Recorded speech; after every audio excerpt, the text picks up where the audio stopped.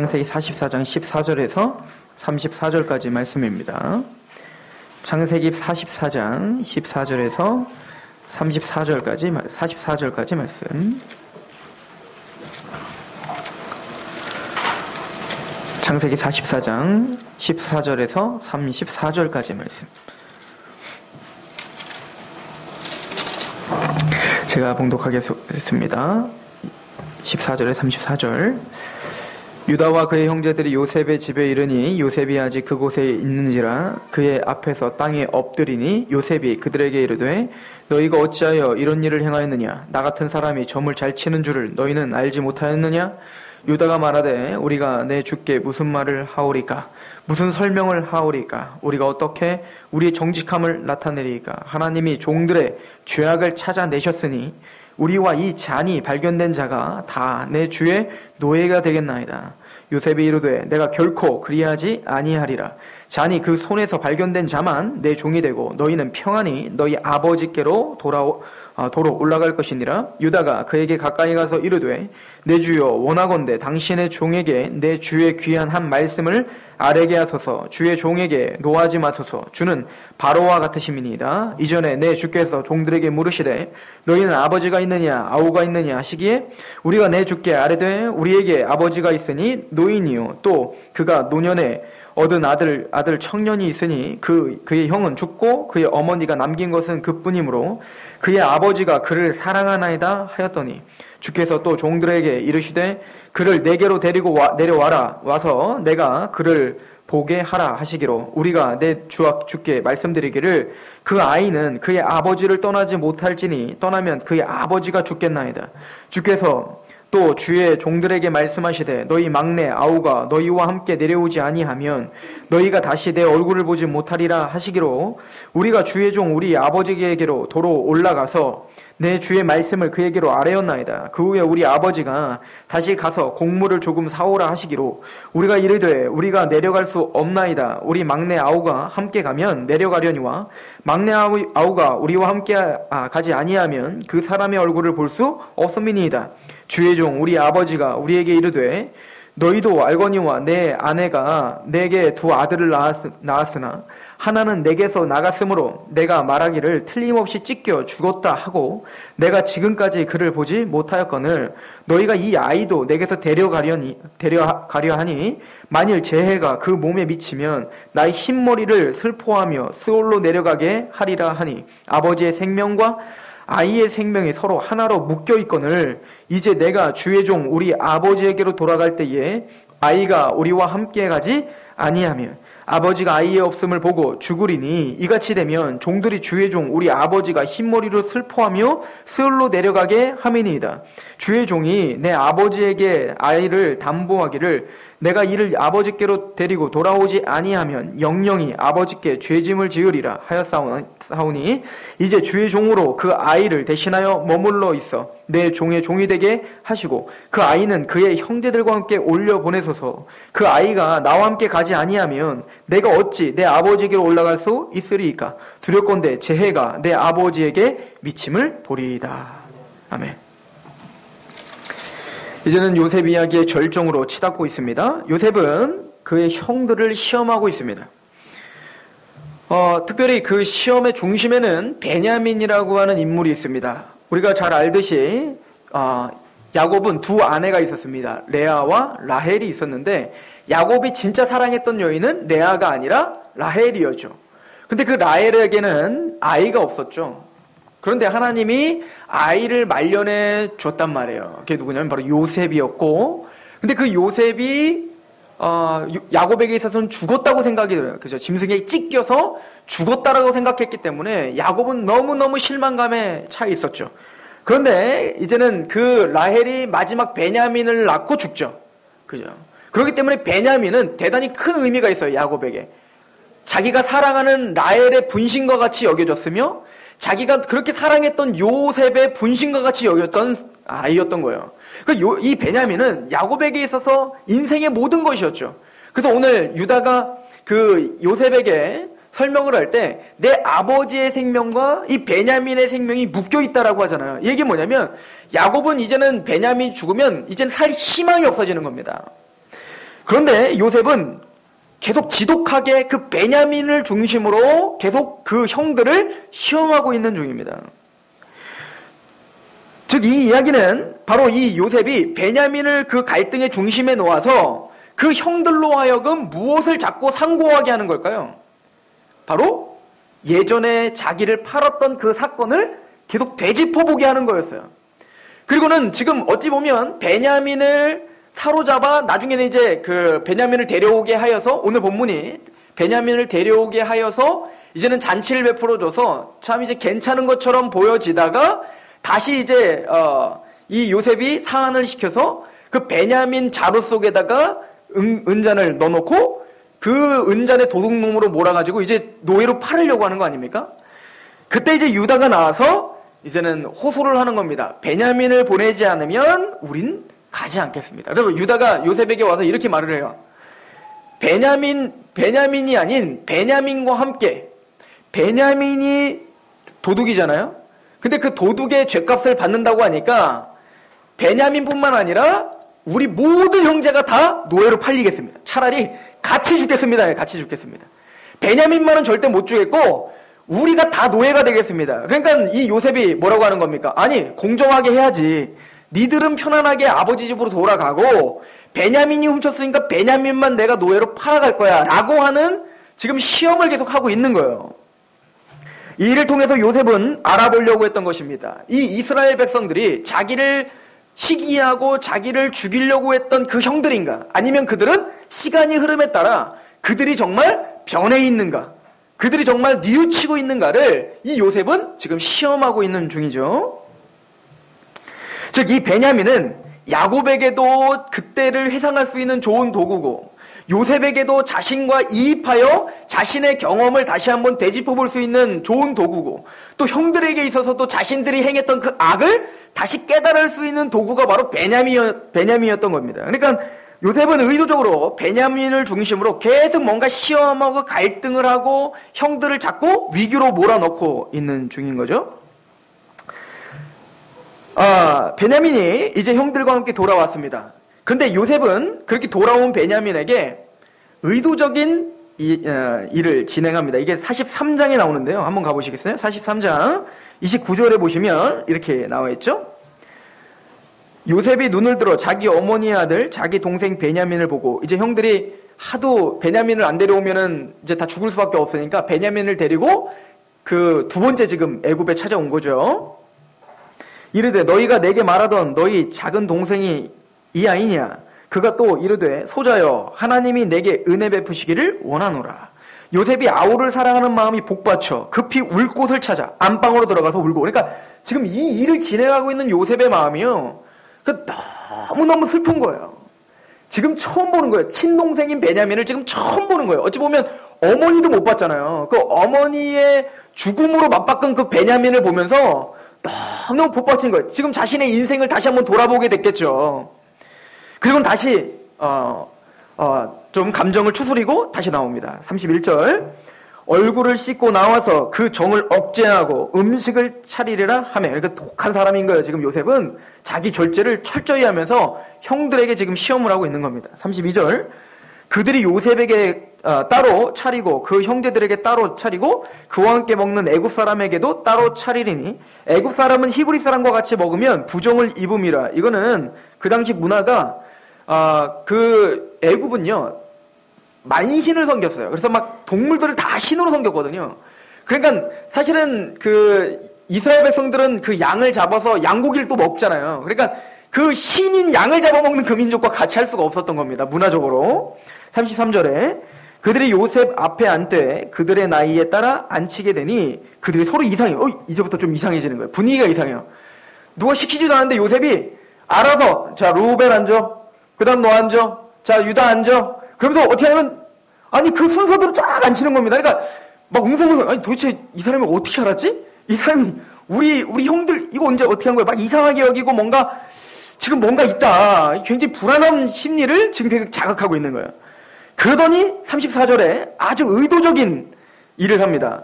34절 요셉이 자기 음식을 그들에게 주되 베냐민에게는 다른 사람보다 5배나 주는 거예요. 특별 대우를 하는 거죠. 자, 이것은 인간적으로 자기 친동생이니까도 그럴 수 있어요. 그러나 요셉은 지금 굉장히 의도적으로 형들을 시험하고 있는 거예요. 뭐죠? 특별 대우를 받고 있는 베냐민. 게다가 이 베냐민은 사실은 눈의 가시 아닙니까? 지금 이 베냐민 때문에 지금 이 고생을 하고 있는 거예요. 그런데 그 베냐민이 아버지에게 요셉이 특별 대우를 받았던 것처럼, 그죠? 채색 옷을 입고 항상 좋은 것과 좋은 것만 먹였던 그 요셉의 그 모습처럼 요셉은 지금 형들을 쫙 세워놓고 그 베냐민에게 5배나 더 먹을 것도 주고 막 그러는 겁니다. 특별 대우를 하는 겁니다. 뭘 보고 싶은 걸까요? 자신에게 시기함으로 자기를 죽이려고 했던 형들인가? 그들의 어떤 표정과 그들의 언행과 그들의 어떤 모습들을 통해서 이들이 어떻게 변해졌는가, 안 변했는가, 그대로인가, 이걸 지금 실험하고 있는 거예요. 굉장히 치밀하죠, 이 요셉이. 그렇게 하고는, 근데 이 형들은 요셉을 팔을 때만 해도 어땠죠? 그 시기함으로 요셉을 자기보다 훨씬 더 이렇게 특별 대우한 것 때문에 어때요? 형들이 다 같이 시기하여 그를 죽이려고 했죠. 그러나 지금은 달라졌어요. 보시면 5배를 줌에 그들이 마시며 요셉과 함께 어떻게 하고 있어요? 즐거워요. 그거에 전혀 신경을 쓰고 있지 않더라는 거예요. 같이 그냥 즐거워하고 같이 그냥 함께 있다는 것만으로 만족해하고 있는 것을 요셉은 본 겁니다. 그리고 이제는 마지막으로 회심의 한 방을 날리는 겁니다. 뭐죠? 베냐민을 아예 타겟으로 두고 베냐민 하나만 이제는 노예로 팔아가려고 하는 겁니다. 어찌 보면 이 형들에게 있어서는 쉬운 일이 아닐 거예요. 왜냐면 지금 몇 번이나 고비가 넘어갔는데 이제는 갱신이 넘어갔다 싶었는데 베냐민의 자루에서 뭐가 나왔어요? 지금 은장이 나왔단 말입니다. 얼마나 원망스럽겠어요. 베냐민은 아니야 라고 했겠죠.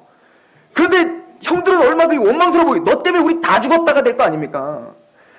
그게 저 사람이 우리를 죽이려고 한 것이다 어쩐다 이걸 다 떠나서 아무튼 지금 항상 그 갈등의 중심에 있는 그 베냐민에게 게다가 5배나 받았고 훨씬 더 그냥 많이 먹었으면서 그 정도 먹었으면 됐지. 굳이 은자는 또 왜 챙겨갖고 우리 다 죽이겠냔 말입니다. 그런 얘기는 없지만 제가 그냥 하는 얘기예요. 아무튼 그 베냐민은 형들에게 있어서 지금 어떻게 해요? 얘 때문에 우리가 지금 다 죽게 생겨버린 거예요. 요셉은 지금 최종적으로 그 베냐민을 향한 그 사랑을 점검하고 있는 것입니다. 그때 유다가 나옵니다. 대단히 중요한 장면입니다. 구속사적으로도 유다가 베냐민을 품고 있는 장면은 나중에 이스라엘 역사 속에서도 대단히 중요한 장면이에요. 그래서 나중에도 북이스라엘이 10지파가 나눠질 때 택함받은 유다가 누구를 품죠? 베냐민을 품는 그런 어떤 구속사적인 의미가 담겨져 있습니다. 유다는 야곱에게 약속을 하고 왔었죠. 나는 내 목숨을 걸고 베냐민을 반드시 지키겠습니다, 아버지. 내가 죽겠습니다, 차라리. 그렇게 약속을 했는데 유다는 이제는 어떻게 합니까? 다시 한 번은 실수하진 않겠다. 요셉을 사실은 살리려고 했었잖아요, 유다도. 그래서 다시는 이제 실수하지 않겠다 하고 베냐민을 정말로 적극적으로 나서서 자기가 희생하며 자기의 생명을 내어놓는 담보를 하며 베냐민을 위한 호소를 하고 있는 것이 오늘 본문인 것입니다. 이 호소는 언약의 신실한 호소예요. 그죠? 아버지 야곱과 언약한 것을 신실하게 지키려고 충성스러운 호소입니다. 또한 이 호소는 이 베냐민을 향한 사랑의 호소예요. 또 이 베냐민을 향한 희생적 사랑의 호소란 말입니다. 이 호소를 통하여 드디어 요셉은 그들의 진심을 알게 됩니다. 그죠? 그리고는 이제 다음 주에 볼 곳에서 요셉이 자신을 밝히며 형들과 화해하는 장면이 나오게 됩니다. 저는 오늘 이 본문을 도대체 우리에게 어떤 의미로 받아들여야 되는가를 고민해 보게 됐습니다. 자, 이 창세기의 저자는 누굽니까? 모세죠. 원 저자는 모세고 원 독자는 누굴까요? 우리가 아니죠. 1차 독자는 누구예요? 지금 막 출애굽을 경험하여 노예에서 풀려나서 이제 하나님의 백성, 너희는 제사장 나라가 될 거야 라고 하나님의 나라, 이스라엘이라는 칭함을 받고 이제는 새로운 국가를 세워야 될, 하나님의 나라를 세워야 될, 가나안 땅에서 온전한 하나님의 통치가 이루어질 그 나라를 세워야 될 하나님의 백성, 이스라엘 백성에게 선포하고 있는 거예요. 도대체 이 창세기는 이스라엘 백성들에게 어떤 의미가 있을까요? 1차적으로는 자신을 구원하시는, 홍해 갈라지는 이 기적을 우리에게 베푸신 도대체 아브라함의 하나님, 이삭의 하나님, 야곱의 하나님이라는 소리 들었지만 그분이 도대체 누군지 궁금해지지 않겠어요? 여러분들 구원받은 이후에 나를 도대체 구원하신 그분은 누구지? 도대체 나를 왜 구원시켜 주셨지? 그분은 도대체 누구기에 그의 아들을 보내주신 거지? 궁금하지 않겠냔 말입니다. 여러분들이 뭔가 물에 빠졌는데 어떤 사람들이 여러분들 호련히 딱 여러분들을 건져주고는 어느 순간 싹 없어졌어요. 건져주기만 하고. 너무너무 궁금하지 않겠어요? 평생 그를 찾고 싶지 않겠냔 말입니다. 도대체 나를 구원하시는 누구예요? 그때 있었던 사람 나에게 좀 와주세요. 어떻게 생겼었습니까? 키는 얼마입니까? 남자입니까? 여자입니까? 나이는 어느 정도 됩니까? 끊임없이 찾아서 그 사람에게 뭔가 보답해주고 싶지 않겠어요? 마찬가지로 이스라엘 백성들은 홍해를 건너고 출애굽한 이후에 그 하나님이 누군지 너무너무 궁금해지지 않았겠냔 말입니다. 그때 모세에게 하나님 말씀하여 나는 태초에 하나님께서 천지를 창조하셨다. 즉 나는 창조주다. 그리고 이 모든 이 세상을 주관한 사람이고 그리고 이 세상을 통치하는 분이다. 이것을 창세기를 통해서. 그런데 그 전 우주를 창조하신 나는 한 사람 아브라함, 죄인이었던 그 아브라함을 택하여 세우고 그를 나의 백성으로 만드는 그런 하나님이다. 이거를 지금 이스라엘 백성들에게 설명하고 있는 거 아니겠습니까? 니들이 구원받은 것은 너희들의 뭔가 자격이 돼서가 아니라 그렇게 아브라함이 그 갈대아 우르에 살을 때에 그렇게 죄 가운데 살을 때에 내가 직접 찾아가 그를 부르고 의롭다 하고 영화롭게까지 한 것처럼 내가 너희를 출애굽시킨 것은 자격 없는 너희를 아브라함과 이삭과 야곱에게 약속한 그 약속 때문에 너희를 직접 찾아가 부르고 의롭다 하고 너희를 영화롭게까지 할 거야. 이거를 지금 설명하는 것 같지 않습니까? 그런 와중에 오늘 메시지는 무슨 의미가 있을까? 이렇게 생각을 하셔야 되는 거죠. 하나님은 이 이스라엘 백성들이 얼마나 시기가 넘쳤으며 교만했는지를 폭로하고 있었죠. 하나님의 말씀을 들은 요셉, 하나님의 꿈을 꿔서 그걸 정직하게 선포했을 뿐인데 그 선포 앞에 사람들은 다 어떻게 했어요? 그 하나님의 깊은 뜻도 모르고 요셉을 시기하여 그를 쳐 죽이는 그런 시기와 다툼이 난무했던 가족이었던 거예요. 하나님은 그 이스라엘의 역사를 고난을 겪든 축복을 하든 어찌하든 그의 인생들을 그 가족을 하나님은 하나님의 주권 속에 인도하시며 요셉이 팔리고 그리고 가뭄이 들고 요셉을 찾아가고 이런 여러 가지 가정들을 통하여서 하나님은 이스라엘을 변화시켜드리는 거예요. 그렇게 시기하고 다퉜던 그 이스라엘이 이제는 베냐민을 자기의 목숨처럼 사랑하고 자기를 희생하며 사랑하고 있는 모습으로 변화시키고 있는 그 열매를 지금 보게 하고 계시는 거예요. 게다가 사실은 내 죄가 아니에요. 베냐민의 죄입니다. 따지고 보면 이게 뭐 소금거든 어쨌든 나한테 베냐민만 모해로 팔리면 돼요. 그런데 지금 유다의 고백을 한번 보십시오. 이게 오늘 본문의 핵심입니다. 44장. 자, 우리 16절인데요. 한번 보세요. 유다가 말하되 우리가 내 주께 무슨 말을 하오리까? 사실은 유다 잘못한 거 없잖아요. 지금 이스라엘 백성 잘못한 거 없잖아요. 그런데 유다는 그 재판석 앞에서 요셉에게 이렇게 고백을 합니다. 우리가 무슨 말을 하겠습니까? 우리가 무슨 설명을 하겠습니까? 우리가 어떻게 우리의 정직함을 나타내겠습니까? 하나님이 종들의 죄악을 찾아내셨으니 자기들은 잘못한 게 없거든요. 그런데 이 사건을 통해서 유다가 고백하는 건 뭐죠? 하나님이 하고 계시는구나를 깨달은 거예요. 하나님이 우리들의 죄를 찾아내셨다. 우리의 죄를 지금 정죄하고 계신다라고 고백하고 있는 거예요. 베냐민의 죄가 아닙니다. 이건 베냐민의 죄가 아니라 우리의 죄입니다 라고 유다는 자신들의 죄라고 고백하고 있는 거예요. 하나님이 종들의 죄악을 찾아내셨으니 우리와 이 잔이 발견된 자가 다 주의 노예가 되겠습니다. 우리가 다 노예가 되어야 됩니다. 베노 제이콥이라고 하는 신학자의 말을 엘론 로스가 책을 쓰면서 인용을 했어요. 그러면서 이 베노 제이콥이 이 사건을 이렇게 해석을 합니다. 더 높은 도덕적 질서에 의하면 그들의 고통과 범죄 사이에는 정확한 관계가 존재한다. 어렵게도 썼네. 그들은 자신들에게 불리하게 행한 사람이 더 높은 정의의 수단일 뿐임을 인정했다. 제가 쉽게 설명해 드리면 이들은 지금 베냐민이 은자를 숨긴 그 죄 때문에 재판석에 서 있지만 이 형제들은 이 작은 사건을 통하여서 더 높은 정의, 하나님이 우리를 어떻게 바라보고 계시는가에 재판석에 서 있다는 거예요. 그러니까 이들은 요셉의 재판장 앞에 서 있는 게 아니라 유다는 누구의 재판장 앞에 서 있다고 고백한 거예요? 더 높으신 하나님께서 이전에 요셉을 팔았던 그 죄를 드디어 찾아내시고 드디어 그 죄값을 우리에게 묻고 계십니다 라고 고백하고 있다는 거예요. 즉 그들은 자신들에게 불리하게 행할 사람이 더 높은 정의의 수단일 뿐을 인정했다. 하나님께서는 참된 재판관이시다. 이 사실에 대한 그들의 공개적인 고백과 이 판결을 수용한 것은 그들의 회개와 위대함이다. 뭔 말인지 모르시겠죠? 이들은 즉 이 신학자가 보기에는 단순히 베냐민의 죄 때문에 서 있지만 그들은 지금 그럴 상황이 아닌 거예요. 이건 단순히 이 은잔의 문제가 아니라 그 조그만 사건을 통해서 드디어 자신의 인생 전체의 진짜 핵심인 그 죄를 발견한 겁니다. 어찌 보면 요셉은 그걸 의도했던 거예요.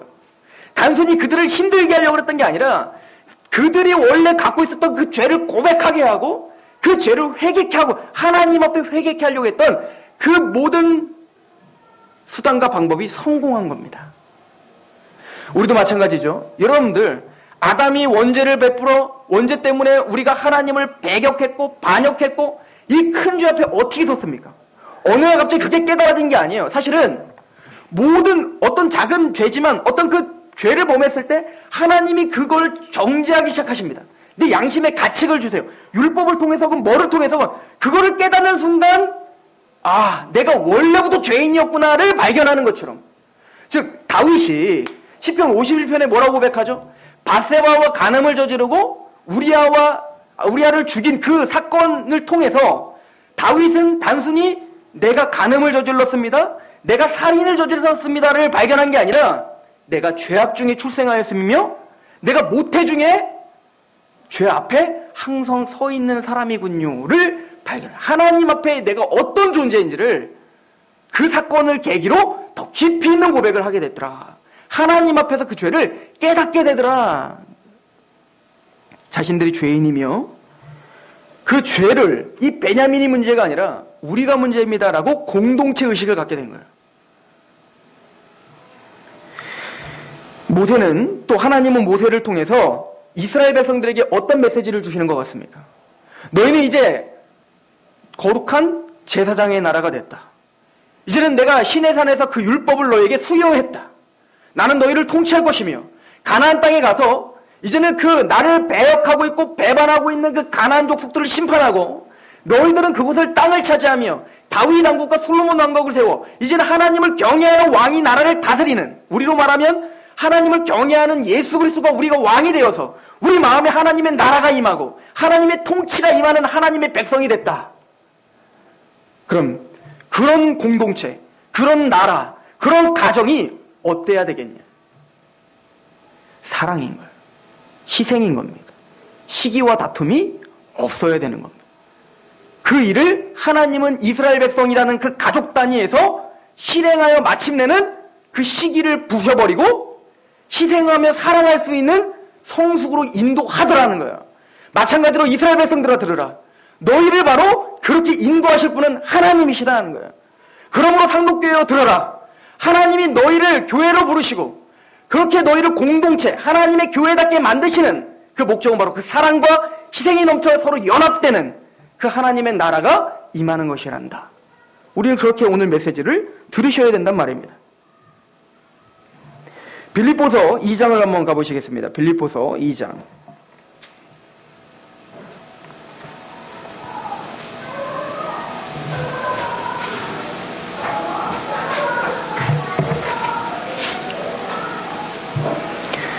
빌립보서 2장 1절부터 제가 읽습니다. 그러므로 그리스도 안에 무슨 권면이나 사랑의 무슨 위로나 성령의 무슨 교제나 긍휼이나 자비가 있거든 마음을 같이하여 같은 사랑을 가지고 뜻을 합하여 한 마음을 품어 아무 일에든지 다툼이나 허용으로 하지 말고 오직 겸손한 마음으로 각각 자기보다 남을 낮게 여기고 각각 자기 일을 돌아볼 뿐더러 또한 각각 다른 사람들의 일을 돌아보아 나의 기쁨을 충만하게 하라. 이게 하나님의 우리의 공동체에게 요구하시는 거잖아요. 너희가 구원을 받고 하나님의 백성이 되고 이스라엘 닿게 되는 것은 뭐 너희들이 어떤 사람은 이만큼 잘나고 뭐 이런 걸 행하고 저런 걸 행하고가 아니라 너희들이 더욱더 겸손해져서 하나가 되기를 원한다는 거예요. 그래서 허영으로 하지 말고 시기함으로 하지 말고 그게 다 부서지고 이제는 어떤 마음을 품으라? 5절 너희 안에 이 마음을 품으라 곧 그리스도 예수의 마음이니 그는 근본 하나님의 본체시나 하나님과 동등됨을 취할 것을 여기지 아니하시고 오히려 자기를 비워 종의 형체를 가지사 사람들과 같이 되셨고 사람의 모양으로 나타나사 자기를 낮추시고 죽기까지 복종하셨으니 곧 십자가에 죽으심이라. 서로를 위해 죽어라. 이게 우리 공동체를 공동체답게 만드는 방편이에요. 하나님은 이 공동체를 그렇게 만드실 것입니다. 하나님의 교회를 또 우리를 그렇게 빚어가 주실 것입니다. 그리고 하나님은 그 요셉을 시기하여 팔았던 그 요셉을 베냐민을 위하여 희생하는 사랑으로 그 공동체 연합으로 만드셨던 그 하나님은 정확하게 이스라엘을 그렇게 만드실 것이고 하나님의 교회를 그렇게 만드실 거예요. 고린도전서 우리 10장을 가보십시오. 고린도전서 10장.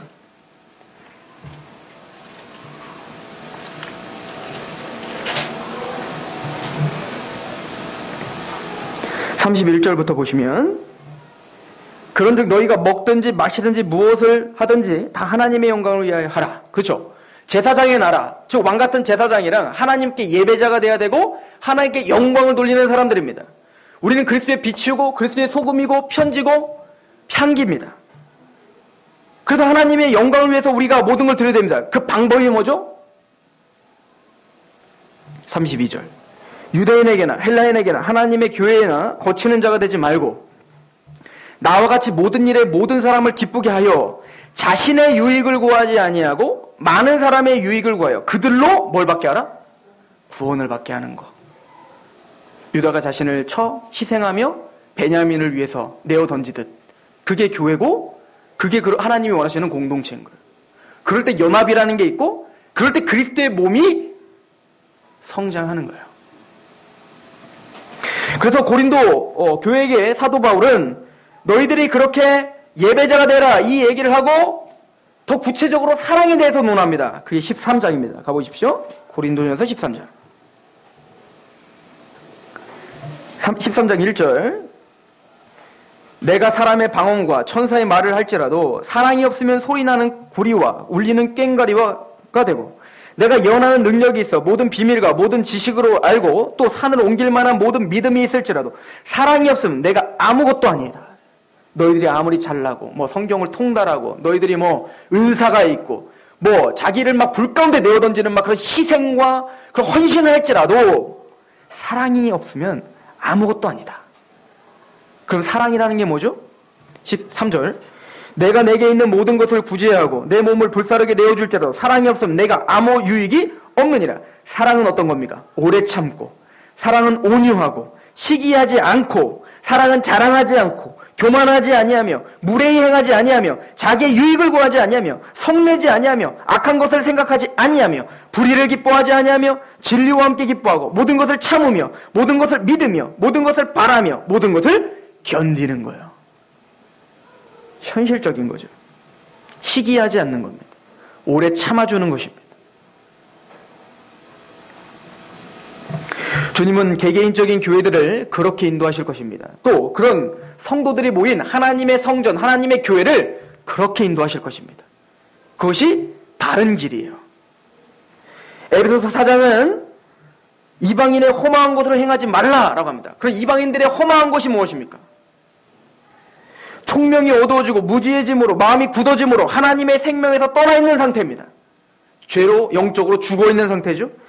그 사람들의 특징은 자신을 방탕에 방임하여 자신의 것을 욕심으로 행하는 자입니다. 이기적이죠.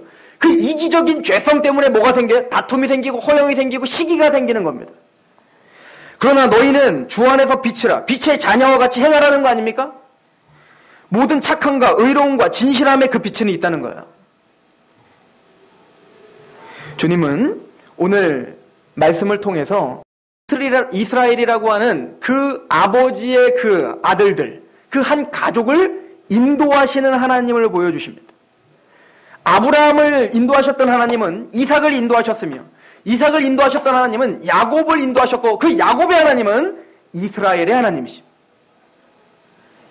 야곱을 겸손하게 하시고 마침내는 하나님에게 인정할 수밖에 없는, 그래서 에서와 화해시켰던 그 하나님은 이제는 그 이스라엘의 그 교만과 시기를 부셔버리고, 이제는 그 과정들을 통하여 이제는 희생적 사랑으로 연합하고 있는 공동체를 만드시는, 또 그렇게 하시고야만은 하나님의 거룩한 목적을 우리에게 보여주고 있는 것입니다. 여러분들의 비전이 무엇입니까? 이스라엘의 비전은 무엇일까요? 가나안 땅에 왜 가려고 할까요? 가나안 땅에서 뭐 하며 살아야 될까요? 이거 하며 살으라는 것입니다. 자신의 이기적을 부셔버리고 시기하지 않고 서로 사랑하는 공동체. 우리가 복음을 알았습니다. 예, 복음이 압니다. 다른 교회와는 다릅니다. 우리는 매번 성경 공부도 합니다. 왜 해야 됩니까? 그 목적이 어디 있습니까? 우리의 시기심이 부서지는 것입니다. 낮아지는 것입니다. 그리고 나보다 남을 낮게 여기며 그를 섬기는 것입니다. 그 사랑의 공동체의 능력이 나타날 것이며, 그 사랑의 공동체로 주님은 우리를 빚어가시고 만드실 것입니다. 그게 바로 성장입니다. 기도하겠습니다. 하나님 아버지, 이스라엘 간 가족을 인도하시는 그 과정들을 우리가 상고하고 있습니다. 이스라엘 한 가족을 인도하시는 하나님은 이제는 이스라엘 한 국가를 인도하실 뿐 아니라 그 이스라엘 국가에서 메시아이신 예수 그리스도를 주시고, 이제는 그 메시아 안에 있는, 그 예수 그리스도 안에 있는 교회에게 거룩한 말씀을 선포하고 계십니다. 하나님이여, 시기하는 마음을 부셔주시고 그 십자가 앞에 그 그리스도를 담고자 하는 그 갈망한, 그 간절한 열망함이 모든 성도들에게 있게 하시옵소서. 우리가 바라는 비전과 우리가 바라는 소망이 이것이길 소망합니다. 이렇게 우리가 낮아지는 것, 겸손해지는 것, 십자가 앞에 우리의 자아가 부서지는 것이길 소망합니다. 이 상록교회를 그렇게 빚어주시고 우리 귀한 하나님의 성도들의 가정과 우리 귀한 하나님의 성도들의 마음들을 그렇게 빚어주시옵소서. 예수 그리스도의 이름으로 감사하며 기도하옵나이다. 아멘. 우리 하나님 앞에 찬양할까요?